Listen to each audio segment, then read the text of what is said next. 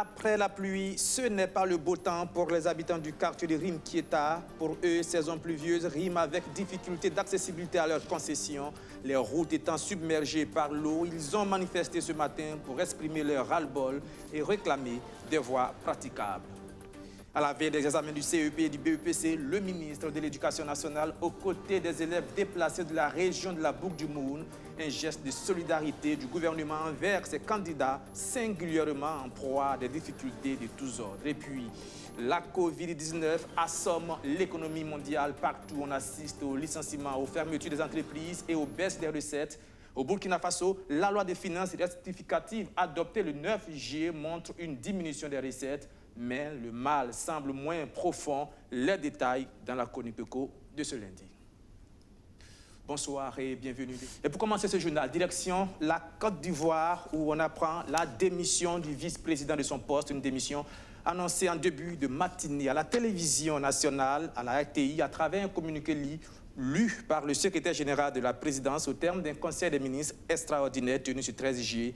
Daniel Kablan Duncan n'est donc plus le vice-président de la Côte d'Ivoire. Retour au Burkina Faso, toute autre chose. Enfants, hommes, femmes, ils sont de tous âges et de tous sexes du quartier de Rimkieta a manifesté ce 13 juillet une marche pour réclamer des infrastructures dignes, écoles, maternités et surtout le bitumage d'une des voies principales du quartier, une route qui devient quasi impraticable en saison de pluie, comme vous allez le voir dans ce reportage.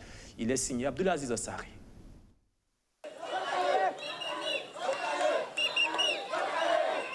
Personne n'a voulu rester à la maison ce lundi matin au quartier Rimkieta de Ouagadougou.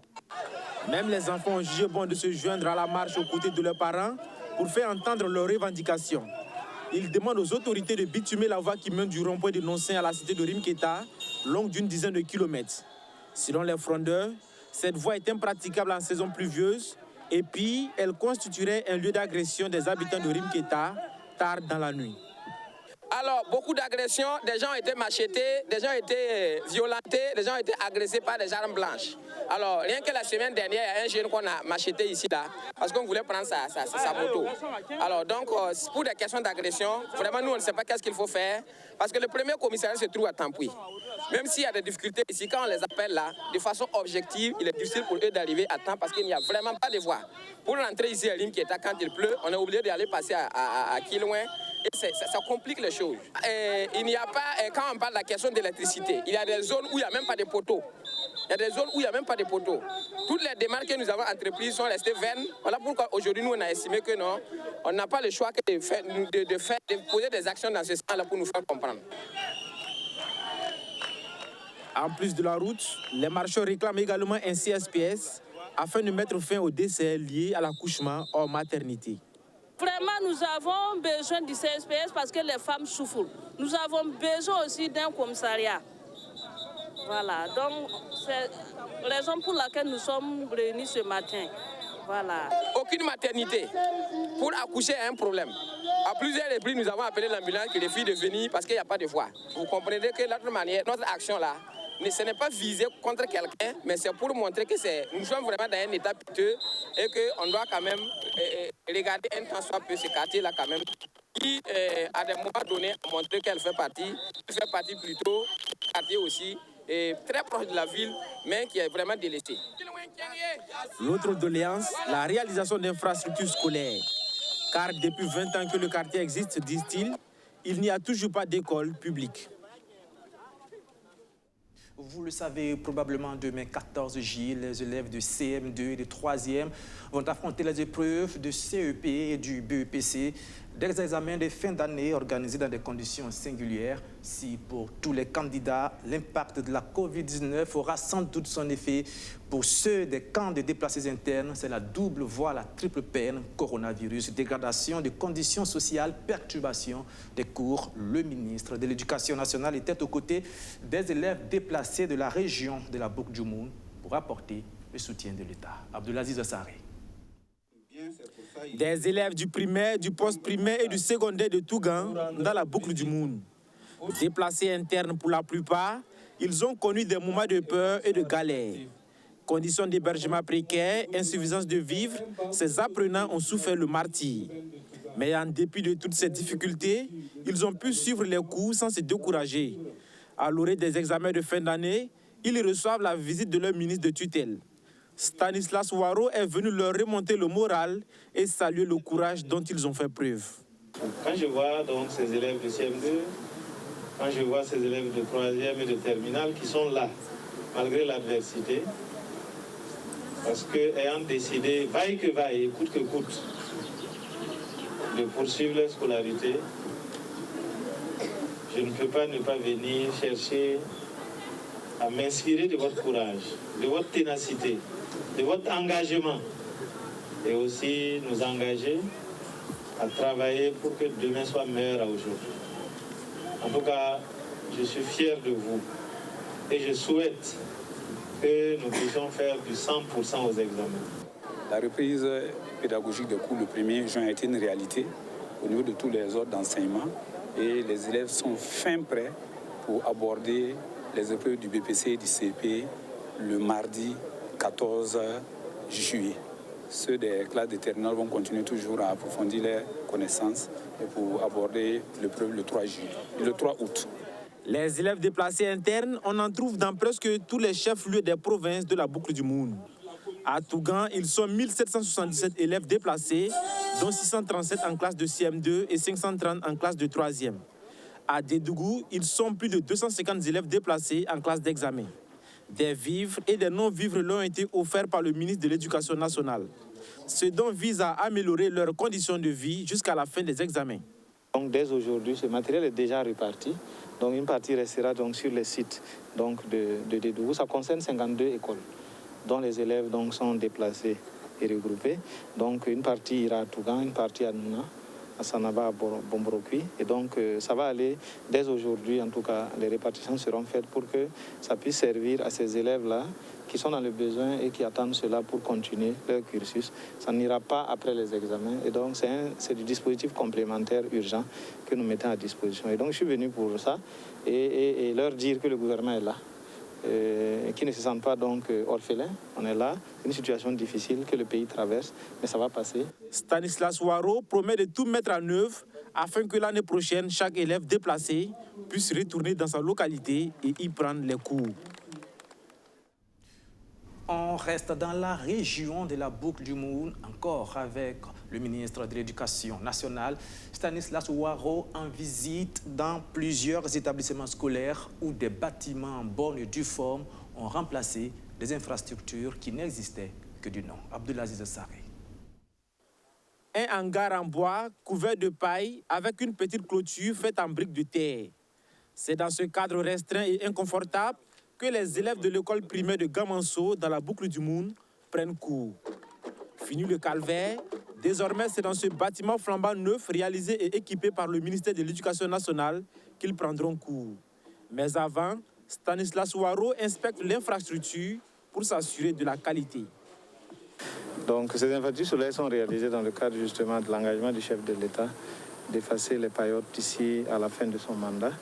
Et comme le maire a dit, donc, il n'y a que sur la plus de trentaine. Donc on devait effacer, il ne reste plus que 3. Et donc il y a quand même un effort qui est fait. Nous sommes vraiment très contents de voir que les infrastructures se sont réalisées et que les différents engagements en matière d'accès à l'éducation, en matière d'accès donc à l'enseignement primaire, à l'enseignement post-primaire sont en train vraiment de se réaliser dans cette commune grâce donc aux efforts de l'État mais aussi grâce aux populations qui ont compris la nécessité d'envoyer les enfants à l'école. Puis, cette tournée conduit Stanislas Ouaro respectivement à Tikan, à Kari et à Lan. Dans tous ces villages de la commune de Tchiriba, des nouvelles salles de classe ont été également réalisées en lieu et place des hangars sous paillotes. Bon, actuellement, nous avons 250 élèves. Voilà. Bon, en tout cas, depuis que l'école a été créée, moi-même, je suis arrivé ici en 2000, dans l'année scolaire 2013-2014. Mais je suis arrivé même trouver qu'il y avait déjà... Bon, l'école était... C'est devenu 6 classes, mais maintenant, les 3 autres là étaient sous les hangars. Si ce n'est pas que cette année-là, nous venons d'avoir ces joyaux-là. En tout cas, c'était un peu difficile. Dans certaines écoles de la boucle du Moun, ce sont les bâtiments qui sont en état de délabrement. Le ministère de l'Éducation nationale rassure, ils seront réhabilités. Donc ça, c'est une réalité, effectivement. qu'on voit des infrastructures qui sont en train de se dégrader, en même temps qu'il y a un besoin de réalisation de nouvelles infrastructures. Donc l'un dans l'autre, nous devons travailler à cela. Nous allons continuer d'envoyer des ressources au niveau local pour cela. Et aussi, chaque fois que cela va être possible dans le budget national, nous allons aussi prendre en charge les réhabilitations. Du reste, nous l'avons fait en 2018, où nous avons réhabilité des infrastructures qui étaient détruites et d'autres qu'il fallait réhabiliter avant le démarrage des activités des examens. Et donc, nous l'avons fait. Et cette année, nous sommes en train de travailler à mobiliser des ressources pour encore en réhabiliter. Donc, ça va se faire. En plus des réalisations du gouvernement, des populations elles-mêmes ont réalisé des salles de classe à Douroukou et à Kari. Le ministre de l'Éducation nationale promet de les équiper en table-banc. Et pendant ce temps, les instituteurs principaux de la région des Hauts-Bassins, eux, grognent. Depuis l'application de la loi 081, ils n'ont toujours pas bénéficié des retombées de la mesure. Et c'est à travers une conférence de presse qu'ils ont décidé de se faire entendre. Kader Condé, Jacob Zongo, surtout Justin Dabiré. Désespoir et exaspération sont les sentiments que ces instituteurs principaux des Hauts-Bassins disent ressentis depuis la mise en application de la loi 081 de 2016. Ils qualifient leur situation de renversement de la pyramide qui découlerait de la loi 081. Si la situation qu'ils vivent actuellement a été résolue chez les encadreurs du secondaire, ces IP se demandent pourquoi ils n'ont toujours pas gain de cause. Pour eux, ce n'est rien d'autre qu'une injustice. Dû au reversement dans la nouvelle grille salariale découlant de la loi 081 de 2016. La catégorie A3 est partie de 45 points à 55 points, soit seulement 10 points de plus. La catégorie B1 est partie de 30 points à 47 points, soit 17 points de plus. Après analyse, nous constatons avec amertume que la catégorie A3 n'a bénéficié que de 10 points et pire, l'écart indiciaire entre la catégorie P1 et A3 n'est que de 8 points. C'est pourquoi nous, instituteurs principaux des Hauts-Bassins, revendiquons la réparation de cette injustice qui est un problème de droit. En remplacement de la loi 013, la loi 081 se voyait offrir de meilleures conditions de vie aux fonctionnaires. Mais hélas, disent ces IP de la région des Hauts-Bassins. Quand les fonctionnaires nourrissaient l'espoir que la nouvelle grille les rétablirait dans leurs droits, telle ne fut pas leur déception face à une injustice plus grave que la précédente. Une grille pleine d'incohérences et d'iniquité. Elle a renversé la pyramide, le sommet est devenu la base. Face à leur situation salariale jugée désespérante à cause de la nouvelle grille salariale, ces instituteurs principaux proposent 1. Le relèvement du point indiciaire de la catégorie A, échelle 3, à 65 points. La révision de la carrière des instituteurs principaux fonctionnaires au cas par cas, en les reversant dans la grille des contractuels pour compter du 1er janvier 1999 jusqu'au 31 décembre 2015.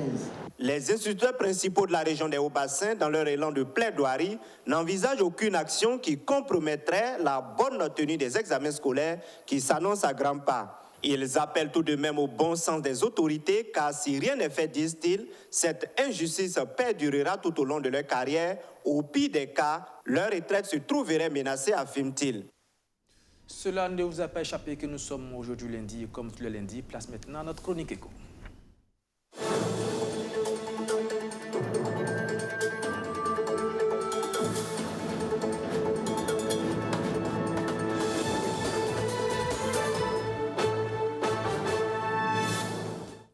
L'économie mondiale grandement impactée par la Covid-19, les licenciements se multiplient, les dépôts des bilans aussi. Le Burkina Faso n'échappe pas à la situation générale, mais la pilule semble moins amère que prévu. C'est ce que révèle la loi des finances rectificatives votée par les députés le 9 juillet dernier. Toutes les précisions de Rémi Lambert-Nébier. La chute libre des recettes budgétaires de l'État tant redoutée suite à la crise sanitaire semble au bout du compte maîtrisée. La loi des finances rectificative adoptée par l'Assemblée nationale le 9 juillet dernier prévoit une baisse de 8,71% de ses recettes budgétaires, soit plus de 194 milliards de francs CFA en moins par rapport aux prévisions de la loi des finances initiale. Les recettes ordinaires devront baisser de 222 milliards 500 millions de francs CFA contre une hausse des recettes extraordinaires. Et c'est vrai qu'on avait, au début de la pandémie, cette peur bleue, de grande peur de voir quand même le budget chuter à un niveau insupportable. Mais on a quand même des raisons d'espérer. Mais on remarque que les recettes extraordinaires quand même, constituées des dons, les legs et puis les prêts, a connu quand même une petite hausse. Donc on peut considérer que les partenaires ont été sensibles à l'appel du président du Faso suite à cette pandémie est venue nous aider le pays. Si vous prenez aussi les charges financières de la dette, il y a eu une baisse de près de 20 milliards de francs CFA au niveau de la dette. Donc on peut supposer que c'est le moratoire qui a été adopté qui en est un peu la cause. Donc d'une manière générale, les dépenses budgétaires ont baissé d'environ 10 milliards. Et dans l'espoir que tout va vraiment aller pour le meilleur dans ce deuxième semestre pour qu'on puisse remonter la pente. Cette loi de finances rectificative consacre des annulations tant au niveau des recettes fiscales que non fiscales. Tous les ministères et institutions enregistrent donc des annulations de crédits à eux initialement alloués. La loi des finances rectificative acte également les mesures fiscales prises par le chef de l'État pour favoriser la relance des entreprises impactées par la Covid-19. Donc les mesures avaient été prises par le président qui vont par exemple de la baisse de TVA pour certains secteurs d'activité comme le secteur du tourisme et de l'hôtellerie. La TVA passe de 18 à 10%. Il y a carrément l'exemption de TVA pour ce qui concerne les produits qui rentrent dans le cadre de la maladie. Et il y a aussi le fait que ceux qui ont un chiffre d'affaires inférieur à 15%, c'est-à-dire ceux qui contribuent au niveau des microfinances, sont exemptés quand même de cette contribution tout le long de l'année. Donc il y a un certain nombre de mesures qui ont été prises en compte dans le cadre de cette loi de finances rectificative. La loi des finances révisée a aussi procédé à un réaménagement de la répartition de la taxe sur les téléphonies mobiles. La clé de répartition, désormais, ne sera plus fixée par le code, mais par un arrêté ministériel. Je pense qu'en prenant cette disposition, le gouvernement se donne un peu plus de marge de manœuvre d'introduire ou d'exclure, si on peut parler ainsi, des bénéficiaires ou de revoir même la clé de répartition à tout moment. Selon les indiscrétions, il est question d'introduire d'autres nouveaux bénéficiaires, notamment l'administration financière, à côté de l'administration fiscale. Perçu à hauteur de 7% sur le chiffre d'affaires hors taxe des sociétés de téléphonie mobile, les fonds de cette taxe étaient auparavant destinés à 20% au budget de l'État et les 80% consacrés à la promotion du sport, de la culture et les techniques de l'information et de la communication.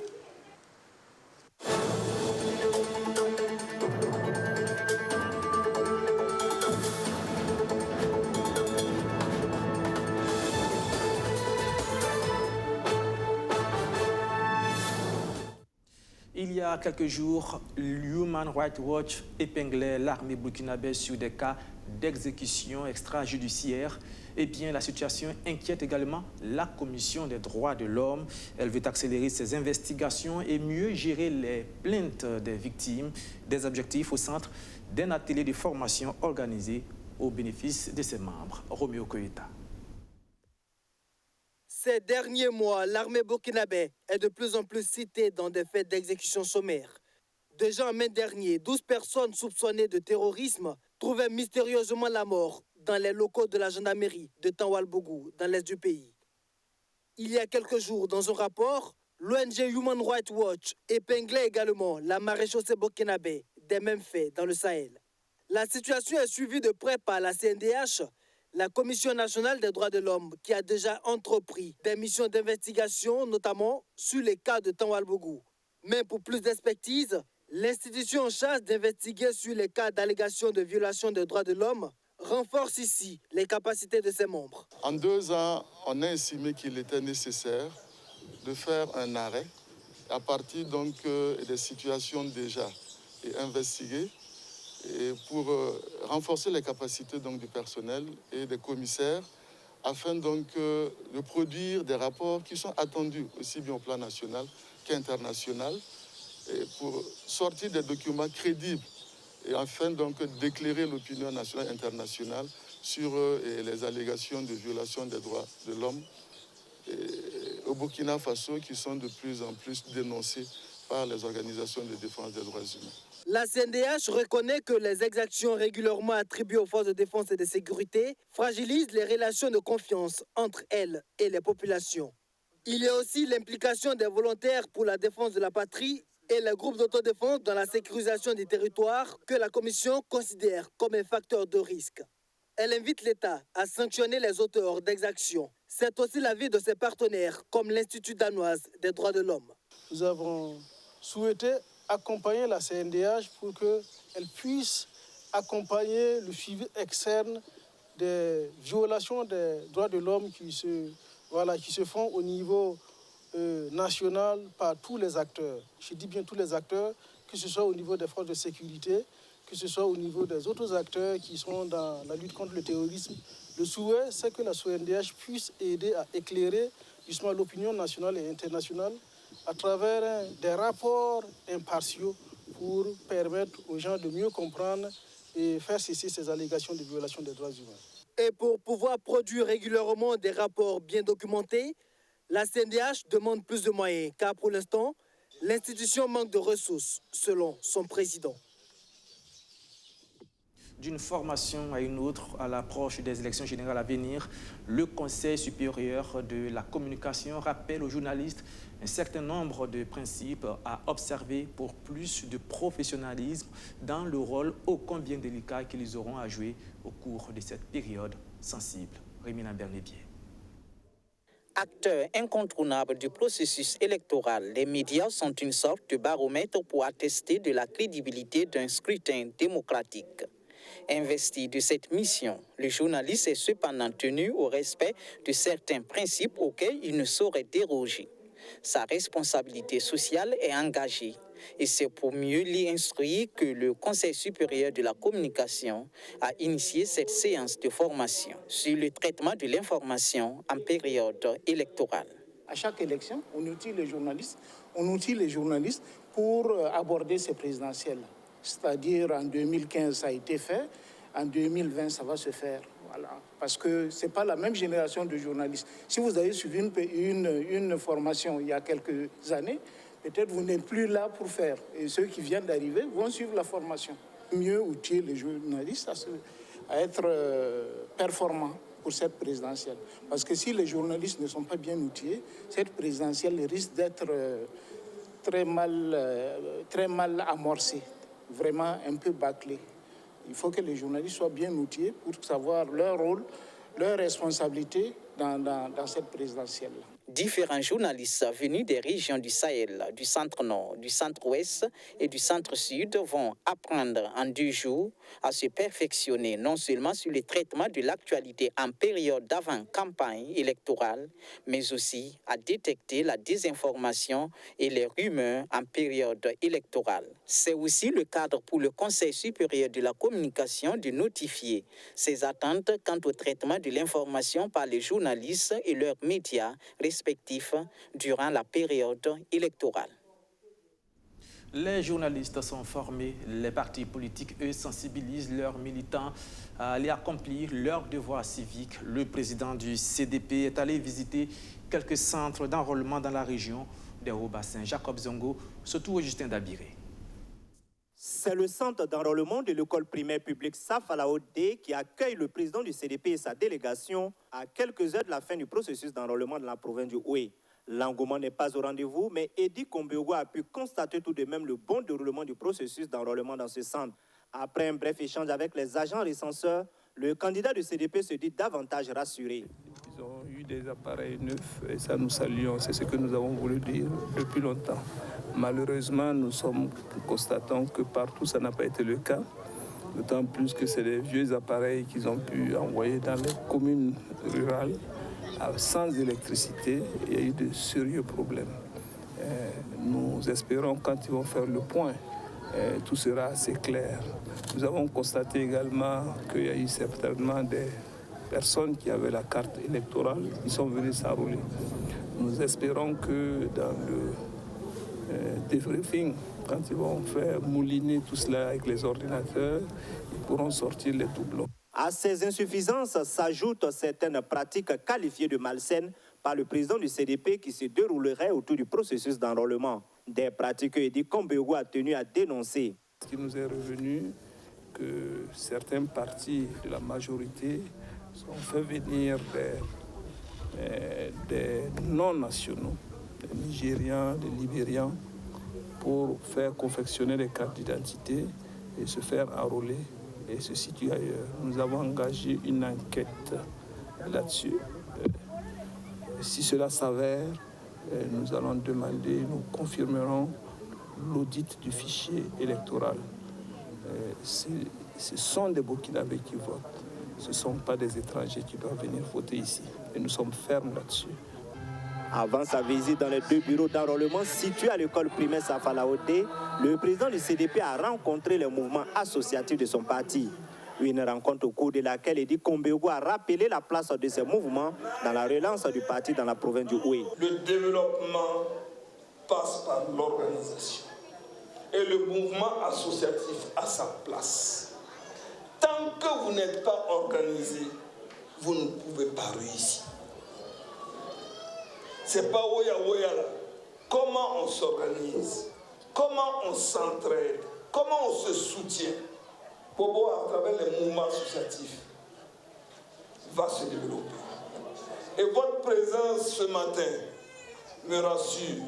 Eddy Kombego promet 5 forages aux populations de la province du Houé, une promesse que le président du CDP compte réaliser avant les échéances électorales de novembre 2020, a-t-il indiqué à ses militants.